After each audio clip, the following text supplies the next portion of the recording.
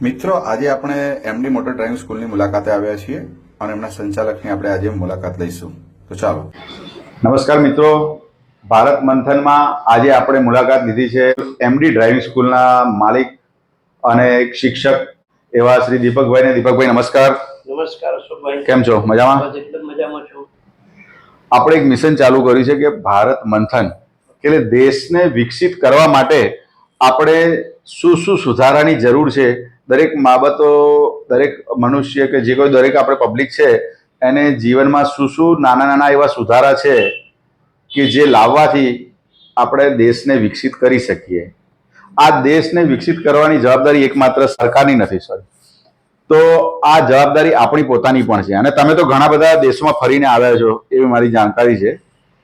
તો તમે ત્યાં એવું શું જોયું છે અને અહીંયા આપણે શું સુધારાની જરૂર છે એ વિશે આપણે ચર્ચા કરીએ છીએ. પણ એમાં અમારો આજનો મુખ્ય વિષય એ છે કે ડ્રાઇવિંગ અને રોડ રસ્તા ટ્રાફિક નિયમો વિશેનો જે તમારો મુખ્ય એજન્ડા જે છે કે તમારો મુખ્ય વિષય જે છે કે લોકોને ડ્રાઇવિંગ શીખવાડવું, તો એવી કઈ કઈ બાબતો છે જે ધ્યાનમાં રાખવાથી આપણે એક અવેરનેસ લાવી શકીએ છીએ, તો એના વિશે થોડીક આપણે ચર્ચા કરીશું.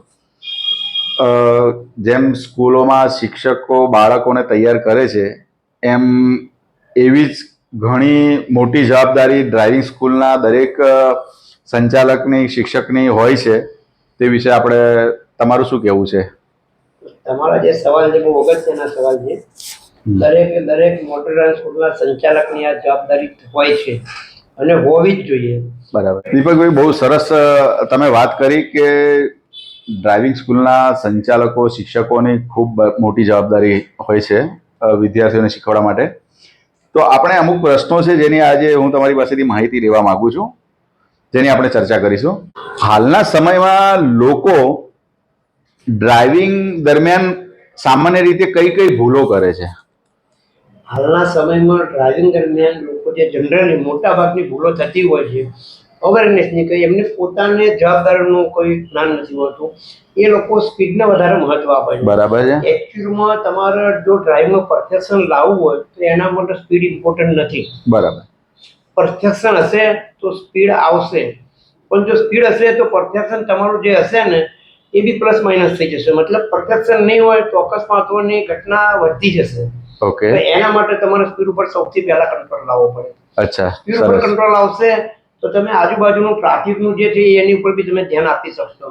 તો તમારા એક વ્યક્તિના હિસાબે લગભગ હું એટલું તો માની શકું કે 5 થી 10% ટ્રાફિકની અવેરનેસ આવશે. તો એક વ્યક્તિથી 5% જો ટ્રાફિક ઘટતો હોય તો તમે બીજા એક વ્યક્તિને આવું શીખવાડો, ત્રીજા વ્યક્તિને શીખવાડો, 10 જણને શીખવાડો, 10 માં 1 તો તૈયાર થશે. બરાબર, સરસ. તો ધીરે ધીરે ટ્રાફિકની સમસ્યાનો હલ આવે. ઓકે, સરસ. તમારે ત્યાં અત્યારે જે કોઈ પણ ડ્રાઇવિંગ શીખવા માટે વિદ્યાર્થીઓ આવે છે, તો તમે એવી કઈ બાબત છે જે તમે એમને ખાસ ધ્યાન રાખવાનું કહો છો, અને તમે એમ પણ ઈચ્છો છો કે તમારે ત્યાં જે નથી આવતા અને હાલમાં ડ્રાઇવિંગ શીખી રહ્યા છે કે ડ્રાઇવિંગ કરી રહ્યા છે, તો એ લોકોએ એવી કઈ કઈ બાબતો છે જે એમને ખાસ ધ્યાનમાં લેવાની જરૂર છે? તમે જે સવાલ કર્યો એનો જવાબ હું તમને આપું છું. ખાલી એમડી મોટર સ્કૂલ ગૂગલમાં સર્ચ મારો. બરાબર છે. અને એવું નથી કે આજનું લેટેસ્ટ રિવ્યુ, તમે 10-12 વર્ષ પહેલાના બી રિવ્યુ તમે વાંચી શકો છો. તો હું મારા કેન્ડિડેટને કઈ રીતે ગાડી શીખવાડું છું. સૌથી પહેલા દિવસથી આપણે ગાડી કંટ્રોલ કરતા શીખવાડવાની. દરેક વ્યક્તિને ગાડી ચલાવતા તો આવડે જ છે, બરાબર, પણ ગાડી કંટ્રોલ કરતા નથી આવડતી. ડ્રાઇવિંગ સ્કૂલવાળાની, સંચાલકની એ મોટામાં મોટી ફરજમાં આવે છે કે તમે કસ્ટમરના, કેન્ડિડેટને ગાડી કંટ્રોલ કરતા શીખવાડો. બરાબર છે. સ્ટીરિંગ, ક્લચ અને બ્રેક કંટ્રોલ તમારી જોડે ના હોય તો તમે ગાડી ના ચલાવી શકો. આપણા હિસાબે બીજાને કોઈ તકલીફ થાય એવું ડ્રાઇવિંગ ના કરવું જોઈએ. ડ્રાઇવિંગ વસ્તુ એવી છે કે તમે તો ભૂલ નથી કરતા, બરાબર, સામેવાળો ભૂલ કરે છે, તો એ સામેવાળાની ભૂલને બી તમે સુધારી શકો છો તમારા ડ્રાઇવિંગથી. ખૂબ સરસ, ખૂબ સરસ. ખરેખર બહુ અગત્યની માહિતી આપી તમે કે કઈ રીતે અકસ્માત ઘટી શકે, એનું કઈ રીતે ધ્યાન રાખવું, કે લોકો કઈ રીતે ડ્રાઇવિંગ દરમિયાન ખાસ બાબત ધ્યાન રાખવાની છે કે ગાડીને કંટ્રોલ કઈ રીતે કરવાની છે, એ જ મહત્વની વાત છે. તમારું દીપકભાઈ શું કહેવું છે કે શાળામાં ટ્રાફિક માટેનું શિક્ષણ નાનપણથી જ બાળકોને આપવું જોઈએ કે નહીં? એ બાબત હું તમને એક વાત જરૂરથી કહીશ. 5 ધોરણમાં આવે પછી તમે એને ખાલી વોકિંગનું, સાયકલનું, ફૂટપાથનું, ઝીબ્રા ક્રોસિંગનું, 4 રસ્તા ક્રોસ કરવાનું આ જ્ઞાન તમારે સ્કૂલમાં આપવું જરૂરી છે. બરાબર છે. દરેક વિદ્યાર્થીને દરેક વર્ષે આ જ્ઞાન આપવું જોઈએ. 100%. ડ્રાઇવિંગ સ્કૂલમાં ડ્રાઇવિંગ કઈ રીતે કરવું આ છે એ તો આપવા માટે તમે ડ્રાઇવિંગ સ્કૂલ વાળા બધા છો જ શિક્ષકો. અને એ તો ડ્રાઇવિંગ કરવાની ઉંમર તો શું છે 16 વર્ષ પછીની છે. બરાબર છે. 16 વર્ષ ગવર્મેન્ટ આજે તમને વિધાઉટ ગિયરનું લાયસન્સ બી 16 વર્ષે આપે છે. બરાબર છે. એ પહેલા તો કોઈ લાયસન્સ જ નથી આપતા, મતલબ 16 વર્ષ પહેલા તમે કોઈ વ્હીકલ ચલાવવાના લાયક નથી, તો એ પહેલા તમારા રૂલ્સ જાણવાની જરૂર નથી. નો ડાઉટ તમે 10મા ધોરણમાં આવો ત્યારથી તમે 2 વ્હીલના વ્હીકલનું નોલેજ સ્કૂલવાળા આપે તો એ જનરલ નોલેજ આપી શકે એમ.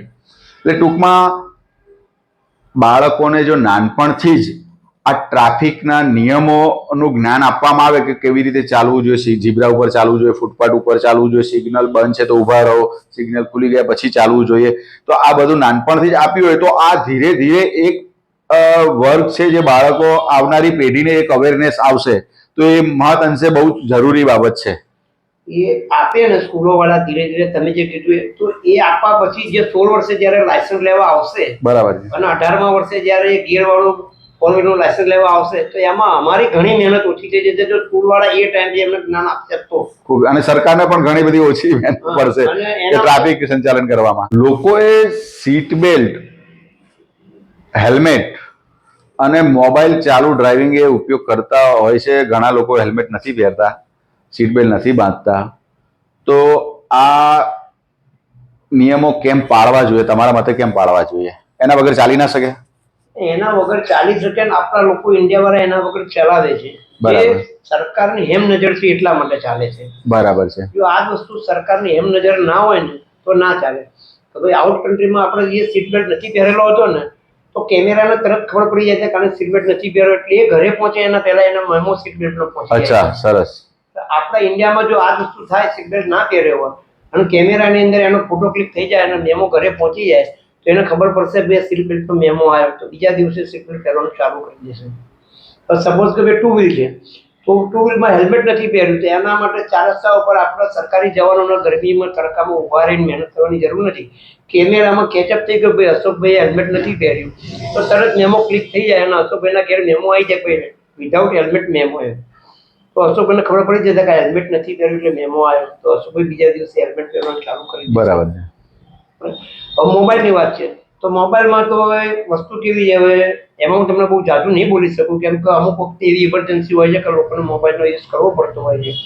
તો ભાઈ કોઈ એક્સિડન્ટ થઈ ગયો હોય કે કોઈનું મરણ થઈ ગયું હોય અને ઉપરા ઉપરી ફોન આવતા હોય સાઈડમાં ગાડી ઊભી રાખીને એમને વાત કરવી જોઈએ, ચાલુ ગાડીમાં વાત ના કરવી જોઈએ. બરાબર.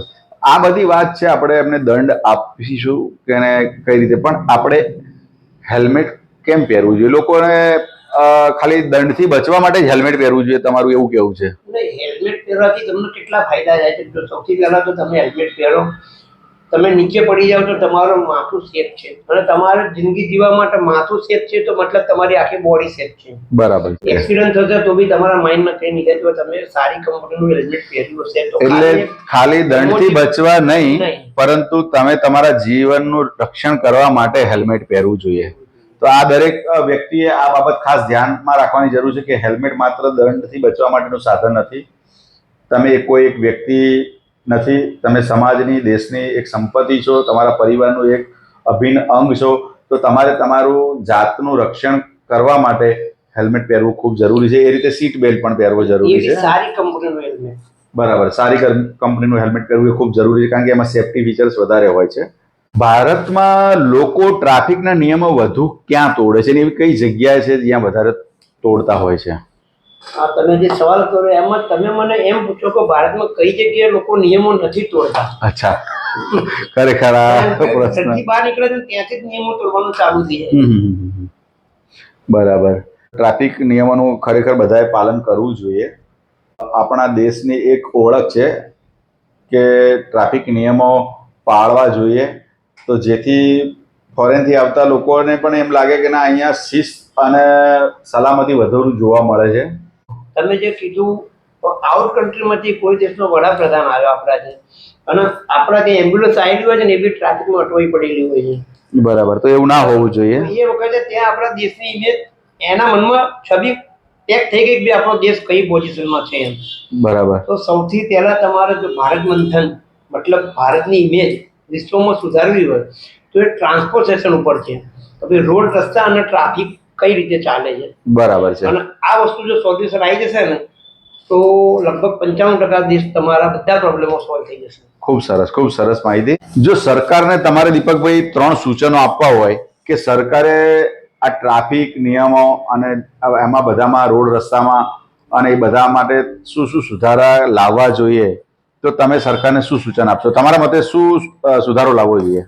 મારા મતે સૌથી પહેલો હું સરકારને જો કહેવા જાઉં તો એમને દરેક જગ્યાએ વ્હીકલના પાર્કિંગની વ્યવસ્થા કરી આપવી જોઈએ. બરાબર. પાર્કિંગની પહેલા દાખલા તરીકે તમે ગાડી લઈને ક્યાંય મોલમાં ગયા તો મોલમાં જો ગાડી પાર્કિંગની વ્યવસ્થા નહીં હોય તો તમે ગમે ત્યાં પાર્કિંગ કરવાનું છો. બરાબર છે. તો એ મોલને જ્યારે મોલ બનાવવાની પરમિશન આપો તો સૌથી પહેલા એને તમે પાર્કિંગ જુઓ છે કે નથી તો એના પછી મોલની પરમિશન નહીં આપો. બરાબર છે. દાખલા તરીકે કોઈ હોટલ છે તો હોટલ વાળા જોડે બી એની જોડે જેટલી હોટલ છે જેટલા ટેબલ છે કે ભાઈ એના હોટલની અંદર 500 માણસની કેપેસિટી છે તો 500 માણસની જગ્યાએ એટલીસ્ટ 250 ગાડીઓ પાર્ક કરી શકે એવી વ્યવસ્થા એની જોડે હોવી જોઈએ. ખૂબ બરાબર, સાચી વાત છે. આ જવાબદારી સરકારની છે. પાર્કિંગનો જો અવેરનેસ આવી જશે ને તો બી ટ્રાફિકમાં 50% તો સોલ્યુશન આવશે. કેમ કે નાસ્તા કરવા માટે જાય છે, શાકભાજી લેવા માટે જાય છે, કોઈ વસ્તુ પરચેસ કરવા માટે જાય છે પબ્લિક, તો ત્યાં આગળ એની ગાડી ટુ વ્હીલનું બી પાર્કિંગ નથી હોતું એટલે લોકો આડેધડ પાર્કિંગ કરીને જતા રહે છે અને એના હિસાબે ટ્રાફિકની સમસ્યા સર્જાય છે. બરાબર છે. બીજું શું સૂચન આપશો? બીજું સૂચન હું તમને એ આપવા જઈશ કે ભાઈ ગવર્મેન્ટે સિટીના રોડ હોય યા તો હાઈવેના રોડ હોય પણ 100ની સ્પીડે ગાડી ચલાવી રહ્યા છો, આગળ ટર્નિંગ આવે છે તમને ખબર જ નથી ને એકદમ ટર્નિંગ આવતો 100% તમે ને મારાથી બી ભૂલ થવાની છે. કેમ કે કોઈ પણ વ્યક્તિ ગાડી કંટ્રોલ ના કરે. બરાબર છે. તો 500 મીટર પહેલા નાઇટની વાત કરું છું તો 500 મીટર પહેલા જો તમે નાઇટમાં જતા હો અને ટર્નિંગ આવે તો તમને ખબર પડે કે હા ભાઈ રેડિયમ બતાવે છે આગળ ટર્નિંગ છે તો તમે ત્યાં થોડી ગાડી કંટ્રોલ નહીં કરવી હોય તો બી કરી શકશો. ટૂંકમાં જે સિગ્નલો ટ્રાફિક નું ડ્રાઇવિંગનું લાયસન્સ લેતી વખતે જે સિગ્નલો બતાવવામાં આવે છે અને જેની પરીક્ષા લેવામાં આવે છે એ સિગ્નલોના સાઇન બોર્ડ દરેક રોડ ઉપર દરેક જગ્યાએ અને સાચી જગ્યાએ હોવા જરૂરી છે. એ બી રેડિયમ વાળા. અચ્છા, રેડિયમ વાળા જ હોવા જોઈએ. બરાબર. કેમ કે દિવસે તમને દેખાય છે પણ રાતે નહીં દેખાય. જો રેડિયમ વાળા હશે તો દિવસે બી તમને દેખાશે. બરાબર છે. અને સાઇન બોર્ડ નથી હોતા એટલે આપણે ઇન્ડિયન લોકોને શું આ ઉપર જોવાની આદત નથી, ખાલી નીચે જગ્યા શોધીને ગાડી ચલાવે. ત્રીજી સલાહ તો ભાઈ ત્રીજી સલાહમાં મારે તમને અથવા તો સરકારને એ કહેવું છે કે આપણે ઇન્ડિયાની અંદર હું આટલી બધી કન્ટ્રી ફરીને આવ્યો ને ત્યાં આગળ મેં ક્યાંય એવું નથી જોયું કે ભાઈ 4 વ્હીલની લેનની અંદર 2 વ્હીલ અંદર આવ્યું હોય. ઓકે. એની અંદર 3 વ્હીલ આવ્યું હોય. અચ્છા. 4 વ્હીલના લેનની અંદર 4 વ્હીલ જ હોય છે. બરાબર. તો આપણે અહીંયા ગાડી વસ્તુ નથી. આપણે અહીંયા તો 4 વ્હીલ વાળો જતો હોય મર્સિડીઝ વાળો જતો તો બી આગળ પેલો બાઇક લાઈન ઉભું કરી દે, પેન્ડલ રિક્ષા વાળો બી આઈને ઉભો થઈ જાય. બરાબર છે. તો રાહદારી માટે એક અલગ રસ્તો હોવો જોઈએ, 2 વ્હીલ માટે અલગ રસ્તો હોવો જોઈએ, 3 વ્હીલ માટે અલગ રસ્તો હોવો જોઈએ અને 4 વ્હીલ માટે અલગ રસ્તો હોવો જોઈએ. એક આ વસ્તુ. અને બીજી વસ્તુ કે જ્યારે 4 રસ્તા આવે છે ત્યારે આપણા ત્યાં અહીંયા ગાડી કેવું છે ભાઈ જમણી બાજુથી વળવું હોય ને તો માણસ ડાબી બાજુથી લેનમાં આવી અને પછી જમણી બાજુથી ટર્ન મારીને જતો રહે. એ વસ્તુ ના હોવી જોઈએ. ભાઈ સીધું જવું છે તેના વચ્ચેની લેનમાં ભલે 10 ગાડી ને 15 ગાડી હોય તો બી એને પાછળ ઊભી રાખવી જોઈએ, આગળ નહીં આવવું જોઈએ. આપણા ત્યાં આ વસ્તુ છે કે સૌથી પહેલા 4 રસ્તા ઉપર એ હોવો જોઈએ કેમ કે એનો ફોટો પડવો જોઈએ. પણ એને ખબર નથી કે આ ફોટો કેમેરામાં મેમો નહીં આવતો એટલે ભાઈ ફોટો પડાવવા માટે આવે છે. એ જ વસ્તુ જો કેમેરામાં મેમો આવી જાય તો ભાઈ આગળ નહીં આવે. જેને રાઈટ વળવું છે રાઈટ લેનમાં ઉભા રહો, લેફ્ટ વળવું છે લેફ્ટ લેનમાં ઉભા રહો, સીધા જવું વચ્ચેની લેનમાં આવો. વિદેશમાં ટ્રાફિક પોલીસ પણ આ બધા જાતના મેમા આપતા હશે ને રોડ ઉપર? મેં આટલી કન્ટ્રી ફરીને આવ્યો ને અશોકભાઈ, બરાબર, તમને રિયલી વાત કરું છું, મેં ક્યાંય કોઈ કન્ટ્રીમાં એક બી પોલીસ વાળાને રોડ ઉપર ઉભેલો નથી. શું વાત કરો છો? એ તો વાત બહુ દૂરની છે. 4 રસ્તા ઉપર કે પોલીસ ચોકીનું બોર્ડ નહીં વાંચ્યું. અચ્છા. તો મેં વચ્ચે હમણાં લિટરલી બહુ ટાઈમ પહેલા નહીં લગભગ 6-1 મહિના બી નહીં થયા હોય હું સિંગાપુર જઈને આવ્યો તો ત્યાં મારા પેલા ડ્રાઈવરને પૂછવું પડ્યું કે અહીંયા ગાડી પોલીસ વાળા દેખાતા નથી કે પોલીસ બોર્ડ નહીં જોયું. તો એને મને શું આન્સર આપ્યો ખબર છે? બરાબર. આખું સિંગાપુર ખાલી કેમેરા ઉપર ચાલે. શું વાત કરો છો? અહીંયા કઈ પોલીસ વાળા જ નથી બધા. તો આપણા દેશને વિકસિત કરવા માટે તો હજી ઘણું બધું આપણે સંઘર્ષ કરવો પડશે, નિયમો અને થોડા સુધારા લાવવા પડશે જીવનમાં. હજી તમે મારી વાત સાંભળો સિંગાપુરની. એ પોલીસ તો ઠીક, મેં કે પંચરની દુકાન નથી જોઈ કે હવા ભરવા વાળાની ટાયરની દુકાન નથી જોઈ. અચ્છા. વિચારો. તો આજે ત્યાં આગળ હવા ભરવા વાળાના પંચરની બી દુકાન નથી જોઈ. મેં એ બી ડ્રાઈવરને પૂછ્યું કે અહીંયા આગળ તમારા કોઈને હવાની નહીં કરી પંચર નહીં પડતા? મને કે તમને રોડ ઉપર ક્યાંય કાંકરી જોવા મળે છે? અચ્છા, એટલી ચોખ્ખાઈ છે ત્યાં. સિંગાપોર તો સારી સિટી છે. સિંગાપોર ને ઇવન હું થાઈલેન્ડ બી જઈને આવેલો છું, અચ્છા. મલેશિયા બી જઈને આવેલો છું, દુબઈ બી જઈને આવેલો છું, બરાબર. શ્રીલંકા બી જઈને આવેલો છું. અચ્છા. બરાબર. પણ ત્યાં સારું બધી જગ્યાએ હશે કોઈ ટ્રાફિકના રૂલ્સ એન્ડ રેગ્યુલેશનનું પાલન થાય છે, આપણે અહીંયા જ નથી થતું. તો યા તો આપણું પબ્લિકમાં ફોલ્ટ છે, યા તો આપણી સરકારમાં ફોલ્ટ છે. ફોલ્ટ તો છે જ, બરાબર, ગમે તેનો ફોલ્ટ છે. તો આ બધું સાથે મળીને તમે આ જો અભિયાન લીધું છે તો બહુ તમે સારા માટે દેશનું આટલું સારું વિચારો છો, એ બાબતનું મારે તમને ઘણું કહેવું છે. ધન્યવાદ. એટલે દીપકભાઈ, મારું કેવું શું છે કે સરકાર કોઈ પણ હોય એ એની રીતે પ્રયાસ કરતી હોય છે, પરંતુ ખરેખર દેશ છે ને એ કોઈ સરકારનો નથી. સરકાર તો શું આવે જાય બદલાય કરે, 5 વર્ષે 10 વર્ષે બદલાઈ જાય. પણ આ દેશ આપણો છે ને આપણે જ અવેરનેસ લાવવી પડશે, આપણે જ નિયમો પાડવા પડશે, આપણે જ ચોખ્ખાઈ રાખવી પડશે અને આપણે જ આપણે દેશનું સાચવવો પડશે અને બધા વસ્તુ સુધારા લાવવા પડશે. કારણ કે સરકાર રસ્તા બનાવી દેશે કદાચ, પણ નિયમો તો આપણે પાડવા પડશે ને. હા, નિયમો આપણે જ પાડવા પડશે, કેમ કે આપણા ઘરમાં આપણે નિયમ પાડીશું, બરાબર, તો આપણે એનું ફોલોઅપ કરીશું તો આપણા સંતાનો કરશે. બરાબર છે. એટલે દરેકે દરેક નાગરિકની વાત કરું છું, વ્યક્તિની વાત નહીં કરતો. દરેકે દરેક નાગરિકને પોતાની ફરજ, નૈતિક ફરજ અદા કરવી પડે તો આનું સોલ્યુશન આવે, બાકી ના આવે. દીપકભાઈ, ડ્રાઇવિંગ કરતી વખતે અકસ્માત ટળે એ માટે વ્યક્તિએ શું શું ખાસ ધ્યાન રાખવું જોઈએ અને ડ્રાઇવિંગ કરતી વખતે ખૂબ સચેત રહેવું જોઈએ એવું તમારું માનવું છે? તો એવું કેમ તમે કહેવા માંગો છો કે લોકો જે આજે રફ ડ્રાઇવિંગ કરતા હોય છે અને મન ફાવે એ રીતને ગાડી ચલાવી અને ઘણા બધાને એ પોતાને કંઈ નથી થતું પણ એમની જે પાસેથી નીકળે છે એ લોકોને કંઈ ને કંઈ નુકસાન થતું હોય છે, તો એ માટે એને શું સાવચેતી રાખવી જોઈએ? એ સાવચેતી રાખવા માટે અશોકભાઈ ખરેખર બહુ મોટી વસ્તુ છે. તો એમ આપણે લોકોને ડર થાય ને એવું ડ્રાઇવિંગ બી ના કરવું જોઈએ. બરાબર. રફ ડ્રાઇવિંગ કરો છો, તમારી બાજુવાળાને ડર લાગે છે એવું ડ્રાઇવિંગ ના કરવું જોઈએ. ખરેખર ખૂબ સારું. દરેકે દરેક જગ્યાએ તમારે પોસ્ટ મેળવવા માટે ડિગ્રીની જરૂર છે. સાચી વાત છે. પણ ડ્રાઈવરની પોસ્ટ મેળવવા માટે ક્યાંય ડિગ્રીની જરૂર નથી. ભાઈ, એક ડોક્ટર ભૂલ કરશે ઓપરેશન કરતી વખતે તો એની ભૂલ સુધરી જશે, ફરીથી ઓપરેશન કરી અને ફરીથી ભૂલ સુધરી જશે. સાચી વાત છે. એક વકીલ ભૂલ કરશે ને તો એ બી સુધરી જશે. બરાબર. એક જજની વાત કરું છું, હાઈકોર્ટ સુપ્રીમ કોર્ટના જજની, કે ભાઈ એને ખોટો ચુકાદો આપી દીધો ને તો નેક્સ્ટ ડે એ ચુકાદો ફરીથી બેન ચેન્જ કરી શકશે. બરાબર. મિકેનિકલ એન્જિનિયર એ કોઈ ભૂલ કરશે તો એની ભૂલ બી સુધરી જશે. દરજી ભૂલ કરશે તો બી સુધરી જશે. મતલબ આ દુનિયાની દરેકે દરેક દીકરીઓ એવી છે કે ભૂલ કરશે ને તો એ ભૂલ સુધરી જશે. 2 ડિગ્રી એવી છે એની અંદર કોઈ ડિગ્રી નહીં આવતી, પણ એની ભૂલ ભગવાન બી નથી સુધારી શકતો. અચ્છા, જાણી શકીએ. માણસની વસ્તુ તો બહુ દૂરની છે. ભાઈ, દાખલા તરીકે એક તો પહેલી ડ્રાઈવર, એમાં કોઈ ડિગ્રીની જરૂર નથી. બરાબર. ના, તમારે ડ્રાઈવર રાખવું હોય તો ડિગ્રીની જરૂર નથી. ના, કોઈ જરૂર નથી. તમારે રસોઈયો રાખવો હોય તેની જો ડિગ્રીની જરૂર છે? ના, કોઈ જરૂર નથી. તો રસોઈયો અને ડ્રાઈવર આ ડિગ્રી વગરની લાઈન છે. બરાબર છે. તમારા ઘરે તમારા ત્યાં 1000-1500 માણસનું રસોડું છે, રિસેપ્શન છે, બરાબર. રસોઈયાએ રસોઈ બગાડી નાખી, તાત્કાલિક તમને અડધા કલાકમાં 1500 માણસની રસોઈ કોણ બનાવી આપશે? ના, શક્ય નથી. 5 સ્ટાર હોટલ વાળો બી નહીં. એ રસોઈયાએ રસોઈ બગાડી દીધી છે, એ ખુદ બી નથી સુધારી શકવાનો. સાચી વાત છે. રસ્તા ઉપર એક્સિડન્ટની અંદર માણસ આગળ આવે છે, બ્રેક મારવાની જગ્યાએ એક્સિલેટર દબાઈ ગયું અને એક્સિડન્ટ થઈ ગયો, માણસ મરી ગયો, તેને જીવ તો કોણ કરશે? કોઈ જ ના કરી શકે. નહીં કરે ને? ના કરે. તો બસ આ 2 વસ્તુની અંદર બહુ એકદમ ચોકસાઈ ભરી અને એકદમ શાંત હોશ અવાજમાં કાર્ય કરવા જોઈએ. એટલે તમે ડ્રાઇવિંગ કરો છો તો તમારું માઇન્ડ રિલેક્સ હોવું જોઈએ, શાંત હોવું જોઈએ. બરાબર. બીજી વસ્તુ, હું મારા ત્યાં જો અહીંયા તમે નોટિસ બોર્ડ છે એમાં બી જો તમે લખેલું છે કે ભાઈ તમે દૂર જોઈને ગાડી ચલાવો, અને હું મારા કસ્ટમરને એ જ કહું છું કે તમે દૂર જોઈને ગાડી ચલાવો. દૂર જોશો તો તમારે કંટ્રોલ નહીં કરવી તો બી તમારાથી કંટ્રોલ થઈ જશે, કેમ કે તમને આગળ દેખાય છે પોઝિશન શું છે. તમારે કંટ્રોલ કરવાની જરૂર નથી, તમારી બોડી એક્સેપ્ટ કરી લેશે. હવે મારે અહીંયા ધીમી ગાડી કરવી છે, પણ તમે નજીક ને નીચે જોવો છો ને એટલે તમને દૂર દેખાતું ને, એટલે નજીક આવીને તમે કંટ્રોલ કરવા જાઓ છો ને એટલે કંટ્રોલ નહીં થઈ, અકસ્માત થઈ જાય છે. એટલે અકસ્માતો થાય છે. આ અવેરનેસ ખાસ લાવવાની જરૂર છે કે લોકોને દૂરથી જ હોય. દીપકભાઈની વાત સાચી છે કે કદાચ કોઈ પણ ફિલ્ડના વ્યક્તિ કોઈ પણ પ્રકારની ભૂલ કરશે તો તેને સુધારી શકાશે.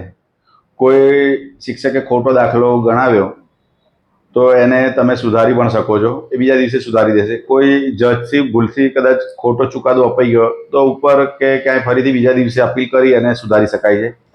પરંતુ એક રસોઈ કરવાવાળો વ્યક્તિ જો રસોઈ બગાડી નાખશે તો એ સુધરી શકશે નહીં. એવી જ રીતે ડ્રાઇવિંગ કરતી વખતે જો તમારાથી કોઈ અકસ્માત થઈ જાય છે તો એ અકસ્માતથી કોઈ વ્યક્તિનું કોઈ મૃત્યુ થાય છે, કોઈ અંગ કપાઈ જાય છે, એવું કંઈક થાય છે, ઘટના બને છે, તો એને કોઈ પણ વ્યક્તિ સુધારી શકતી નથી. એટલે એક ડ્રાઇવિંગ એક બહુ જવાબદારીવાળું કાર્ય છે અને એના માટે ટ્રાફિકના નિયમોનું ખૂબ જાગૃતતાપૂર્વક એનું નિયમનું પાલન કરવું જોઈએ, જેથી આવી ઘટના ઓછી બને. 2025-26ના વર્ષ દરમિયાન પૂરા વિશ્વમાં આપણા ભારતમાં સૌથી વધારે અકસ્માતથી મૃત્યુ થયા છે એ સરકારનો આંકડો છે. તો આ આંકડો આપણે આપણી જાગૃતતા લાવીને એ ઘટાડવાનો છે અને તમારે બધાએ આના માટે થોડી જાગૃતતા લાવી અને થોડો સહકાર આપવાની જરૂર છે. અને હું આશા રાખું છું કે આજે વિડીયોમાં જે દીપકભાઈએ ખૂબ સારી માહિતી આપી છે એ બધું માહિતીને ધ્યાનમાં રાખીને તમે બધા આના નિયમોનું પાલન કરી અને આપણા દેશને ક્યાંક ને ક્યાંક વિકાસ કરવામાં મદદ કરશો એવી આશા રાખું છું. ઇવન આપણે ઇન્ડિયાની અંદર છે ને, ખાલી હું મારા કેન્ડિડેટને તો શીખવાડું જ છું અશોકભાઈ, એટલે આપણે ઇન્ડિયાવાળા સોરી અને થેન્ક યુ બોલતા થઈ જશે ને તો મને નહીં લાગતું કે આપણે ત્રીજી કોઈ વસ્તુની જરૂર પડે. એટલે ઘણો બધો સંઘર્ષ ઘટી શકે છે લોકો વચ્ચે. મારા બધા કેન્ડિડેટને આ વસ્તુ કહું છું ભાઈ, તમે ખૂબ સરસ, ખૂબ સરસ. 100 માંથી 10 જણાથી કરશે ને તો ભગવાન ઉપર જોઈ રહ્યો છે. દીપકભાઈ, તમને મળીને ખરેખર આનંદ થયો અને જેમ આપણે વાત કરી એમ કે જેમ શાળામાં શિક્ષકની ખૂબ જવાબદારી હોય છે એમ રોડ રસ્તા ટ્રાફિક નિયમોનું પાલન કઈ રીતે કરવું એ શીખવાડવાનું એક ડ્રાઇવિંગ સ્કૂલના શિક્ષકોનું હોય છે. હું તો એમને શિક્ષક જ કહીશ, કારણ કે જે કોઈ પણ વ્યક્તિ શીખવાડે છે એને શિક્ષક કહેવાય છે અને એ બધાની પણ ખૂબ મોટી જવાબદારી છે. અને તમારે જેવા તમારા વિચારો છે એવું દરેક ડ્રાઇવિંગ સ્કૂલના શિક્ષકો આવું ધ્યાન રાખી અને પોતાના જે બી વિદ્યાર્થીઓ છે એમને ટ્રાફિક નિયમોનું આવું અલગ એક સાચી નાગરિકતા અને જેના નિયમો જે છે એ પણ થોડા શીખવાડે તો ઘણી બધી અવેરનેસ આવે અને આપણે જે ભારત મંથન એક મિશન દ્વારા દેશને વિકાસ કરવા માટેના જે પ્રયત્નો કરી રહ્યા છે તેમાં તમારા બધાનો સહકાર મને મળી રહે એ બાદે ખૂબ ખૂબ ધન્યવાદ. તમારો પણ ખૂબ ખૂબ આભાર છે. આભાર. Thank you. Thank you.